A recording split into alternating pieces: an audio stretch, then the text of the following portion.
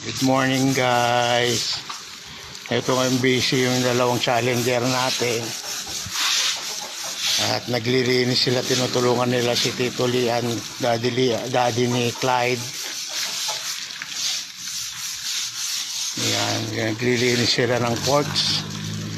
Dahil yung mga mababait na manok. Yan yung brush na panlalaki din. Kaya masuswerte yung mga misis namin dahil panlalaki yung mga gamit.